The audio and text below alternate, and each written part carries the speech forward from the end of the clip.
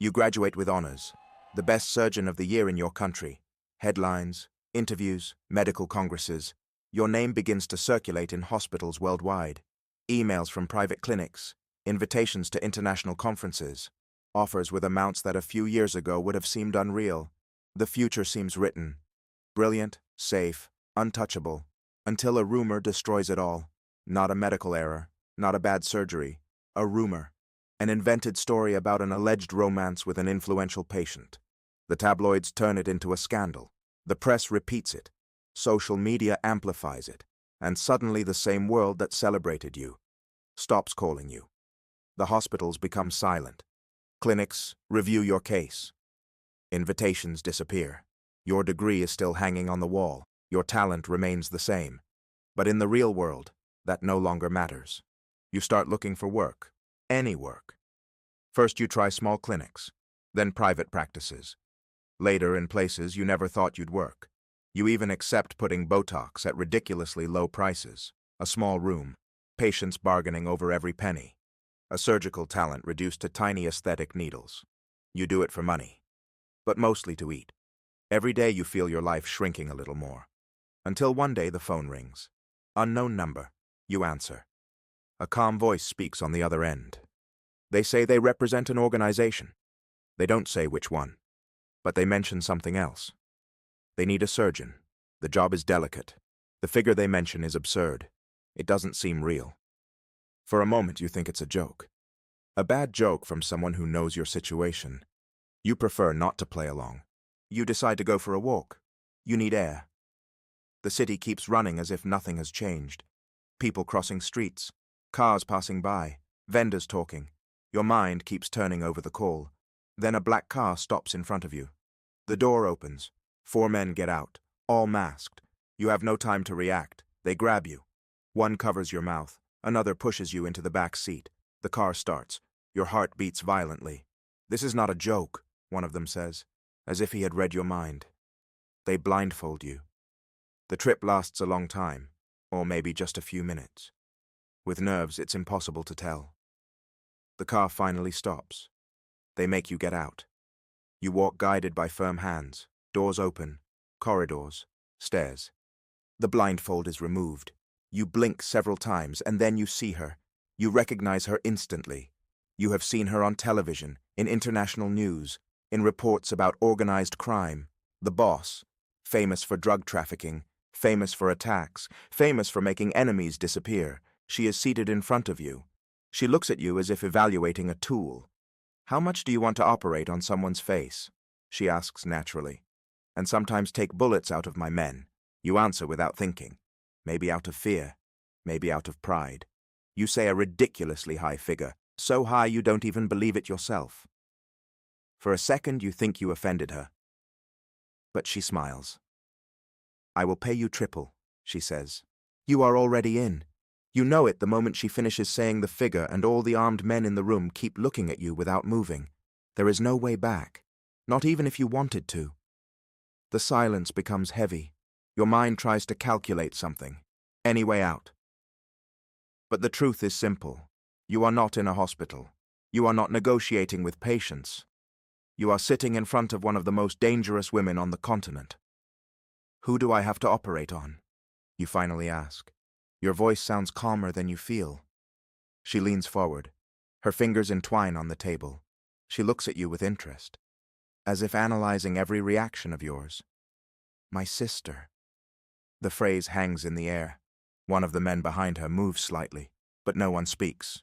She pauses briefly, then adds something else. I need her to be identical to me. Your mind takes a second to process it. Identical, not similar, not alike. Identical.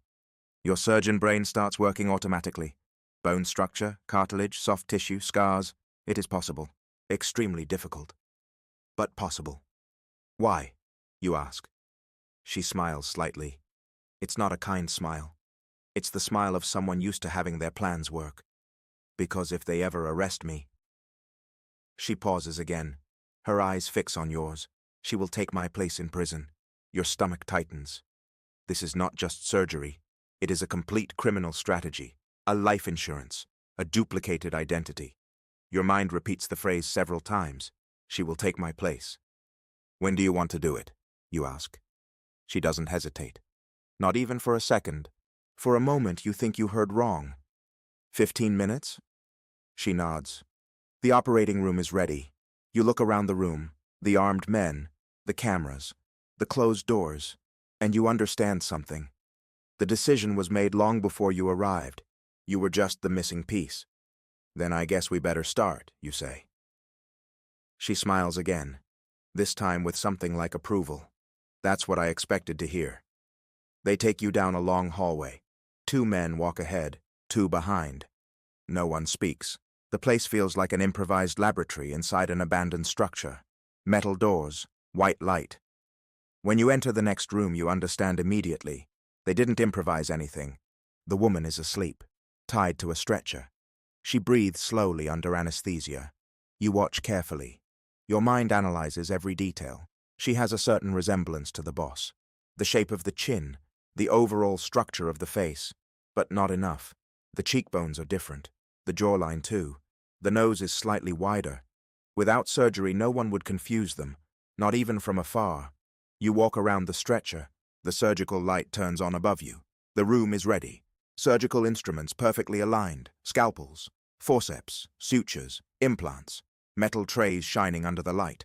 Heart monitors connected. Respirator. Anesthesia. All prepared. Too prepared.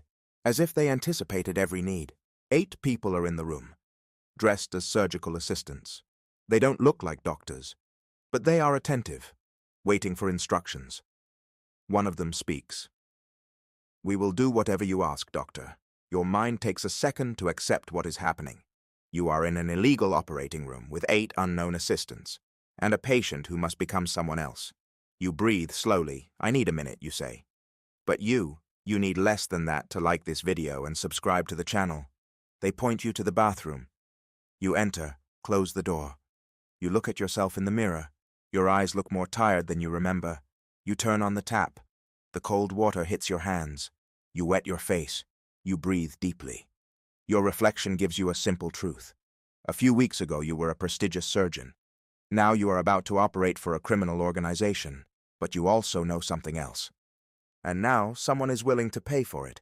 You turn off the water, dry your hands. When you return to the room, everyone is waiting for you. Let's start, you say. The next 6 hours pass in a strange state. Absolute concentration, precise cuts, millimetric adjustments, bone, cartilage, tissue. Every decision changes the final outcome. The assistants obey every instruction: forceps, sutures, gauzes, implants. The boss watches from behind glass, without moving, without speaking.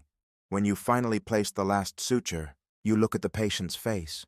She breathes, stable, alive, and when the swelling goes down, no one will be able to distinguish them. Not guards, not police, not cameras, not even close relatives. They are twins. Perfect. And at that moment you understand something disturbing. You have just built the most dangerous lie of your career. The boss keeps her word. The money appears in your account. More money than the legal system ever offered you. That day your life changes. Your new job begins. If they call you at 9 in the morning, you go. If they call you at 9 at night, you go.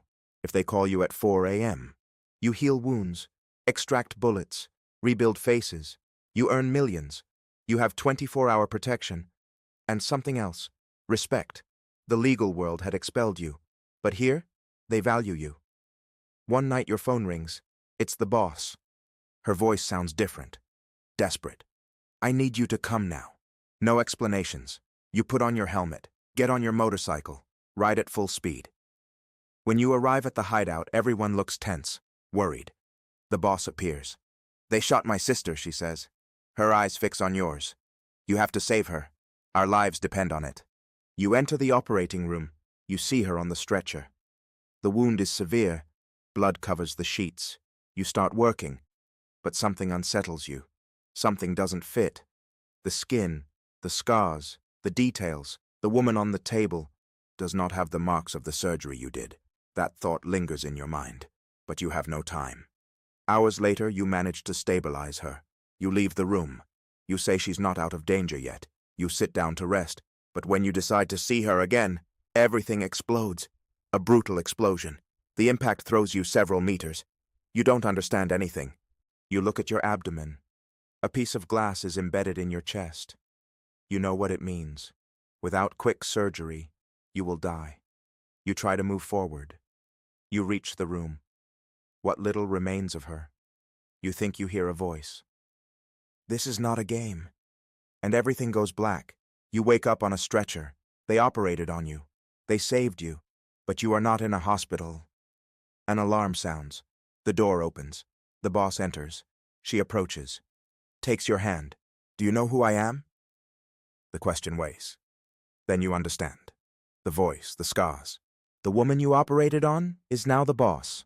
The real boss was replaced. Your life depends on your answer. You are the boss, you say. She smiles. Correct. She says you will heal in a week. You can return to the business. You ask about her sister. She answers she survived. She escaped to another country. But something in her voice makes you doubt. Days pass. Your wounds heal. You return to the hideout. The boss waits for you. You will live here now. She pauses. And I will pay you less. She says that after the attack they need to cut costs. You look at the men around, their faces, their looks. You understand something. Being an employee here, or a prisoner, is almost the same. You nod. But inside you make a promise. At night you meet others, other prisoners. They plan an attack. One button, one explosion, and it's over. The next day they prepare everything. Nerves consume you. You have the detonator. You must press it when she is alone in the car room. But when the moment comes, she enters accompanied. Innocent men, guards, drivers. Your finger hesitates. You don't want to kill everyone. Then someone snatches the switch from you. They are not innocent, he says. We neither. And presses the button. The explosion is huge. The cars amplify the fire. When you wake up, you are still alive. Again. But you no longer ask why. You get up among rubble. As you always have, your body hurts. Your mind is empty, but your soul remains intact. Only a few men remain standing, like you. They look at you. They approach. They recognize you as a leader. You know they now need one. You know they won't kill you. And what you don't expect is that, one by one, they kneel before you. The oldest raises his head. Boss, you remain silent. You will take a place you never asked for, never dreamed of, never planned. And you understand something terrifying. Something you maybe should have understood earlier. It doesn't matter what you plan for yourself, nor your knowledge, nor your titles or what you deserve. Again, life will give you what it wants for you. You wanted to be a surgeon and admired by others. Now you will be a mafia boss and feared by the rest.